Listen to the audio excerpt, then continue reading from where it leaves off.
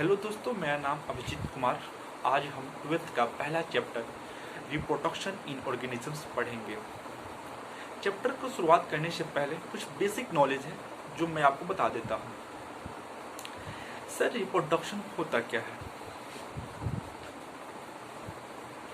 Reproduction एक ऐसी biological process है जिसमें एक ऑर्गेनिज्म अपने समान एक छोटे ऑर्गेनिज्म को जन्म देता है, उसी को हम रिप्रोडक्शन कहते हैं। सर, ऑर्गेनिज्म होता क्या है? हम इंडिविजुअल एनिमल्स को, इंडिविजुअल प्लांट्स को, सिंगल लाइफ फॉर्म को हम ऑर्गेनिज्म कहते हैं, या अपनी भाषा में कहें कोई ऐसी चीज जो स्टिमुलस देने पर रिस्पॉन्स करे, जिसमें मेटाबॉलिक फंक्शन होता हो, जो रिप्रोडक्शन करता हो, जो ग्रो करता हो, उसको हम ऑर्गेनिज्म कहते हैं। चलिए, एनसीईआरटी का पहला लाइन लिखा क्या है समझिएगा। लिखा है every organism can live only for a certain period of time. इसका मतलब ये होता है कि प्रत्येक ऑर्गेनिज्म केवल निश्चित समय तक जीवित रह सकता है। उसके बाद एक टर्म आता है लाइफ स्पेन, हिंदी में उसे कहते हैं जीवन काल। जीवन काल होता क्या है? जीवन काल होता क्या है? मतलब ऑर्गेनिज्म के बर्ड से लेके नेचुरल डेथ तक के पीरियड को हम लाइफ स्पेन कहते हैं। सर, नेचुरल डेथ होता क्या है? नेचुरल डेथ होता क्या है? मान लीजिए कोई ऑर्गेनिज्म हार्ट के डिजीज से सफर कर रहा है और उसको उस डिजीज के कारण उसकी मौत हो जाती है, तो उस इंसान के लिए वो मौत नेचुरल डेथ कहलाता है। समझ रहे हैं ना आप?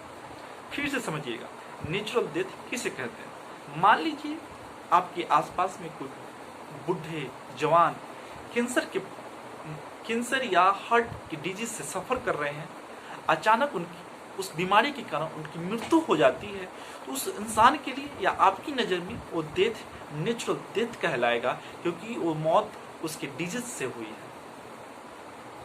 एनसीईआरटी में फिर एक लाइन लिखी है, समझिएगा, वो लाइन बहुत अच्छी है, क्वेश्चन आ सकता है। लिखी है कि लाइफ स्पेन, जीवन काल का संबंध ऑर्गेनिज्म के साइज से और ऑर्गेनिज्म के कॉम्प्लेक्सिटी से कोई संबंध नहीं रखता है। कैसे? सर, हमको समझाइए, समझिएगा, आप समझिएगा कैसे। आपने क्रो को देखा होगा, पैरट्स को देखा होगा, दोनों के साइज में कोई डिफरेंस नहीं होता है, कोई ज्यादा डिफरेंस नहीं होता है, बट इसके लाइफ स्पेन में बहुत ज्यादा डिफरेंस होते हैं। फिर दूसरा एग्जांपल देखिएगा, मैंगो ट्री और पीपल ट्री।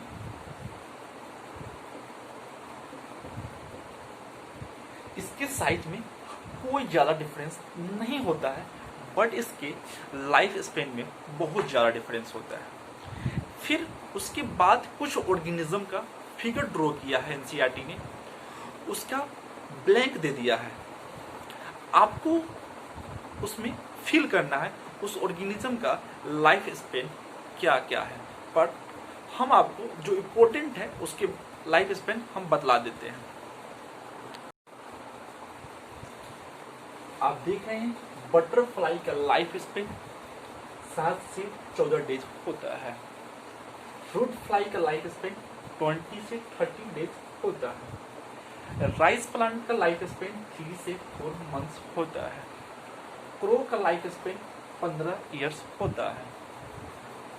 काऊ का लाइफ स्पेन 15 से 25 ईयर्स होता है। बनाना ट्री का लाइफ स्पेन 20 से 25 ईयर्स होता है। क्रोकोडाइल का लाइफ स्पेन 60 ईयर्स होता है। पैरोट का लाइफ स्पेन 140 ईयर्स होता है। टर्टवाइज का लाइफ स्पेन 100 से 150 ईयर्स होता है। बनियान ट्री का लाइफ स्पेन 200 से 300 ईयर्स होता है। आपको कैसा क्वेश्चन आएगा? जो लाइफ स्पेन लिखा हुआ है उसको मिटा दिया जाएगा। मिटाने के बाद आपका मान लीजिए यहाँ पे कोई क्वेश्चन दे दिया, क्रो, काउ, पैरोट, क्रोकोडाइल, कहेगा लाइफ स्पेन अरेंज कीजिए, करेक्ट ऑर्डर चूज। जो ऑप्शन दिया होगा वहां पे आपको उस ऑप्शन में से करेक्ट आंसर चूज करना है। क्रो का लाइफ स्पेन हम कितने बताए थे? 15 ईयर्स। काउ का लाइफ स्पेन कितना बताए थे? 15 से 25 ईयर्स। पैरोट का लाइफ स्पेन कितना बताया था? 140 ईयर्स। क्रोकोडाइल का लाइफ स्पेन कितना बताया था? 60 ईयर्स। तो इसमें सबसे पहला कौन सा आएगा? एक। दूसरा कौन सा आएगा? क्रो। तीसरा कौन आएगा? ये सबसे ज्यादा लाइफ स्पेन। तो 1, 2, 3, 4 ऐसे क्वेश्चन नीट में आ सकते हैं या किसी भी पेपर में आ सकते हैं, चांस है। क्योंकि जो भी इस साल का पेपर हुआ है टोटली एनसीईआरटी ओरिएंटेड था। उसके बाद एनसीईआरटी में रिप्रोडक्शन का डिफिनेशन दिया हुआ है। फिर से मैं रिपीट कर देता हूं, रिप्रोडक्शन एक ऐसी बायोलॉजिकल प्रोसेस है जिसमें एक ऑर्गेनिज्म अपने समान एक छोटे ऑर्गेनिज्म को जन्म देता है, उसी को हम रिप्रोडक्शन कहते हैं। रिप्रोडक्शन अगर नहीं होता तो क्या होता? मान लीजिए आपके दादाजी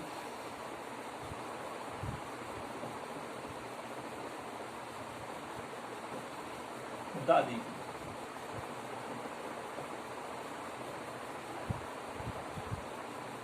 दोनों ने कॉपुलेशन किया तो आपके पिताजी बने।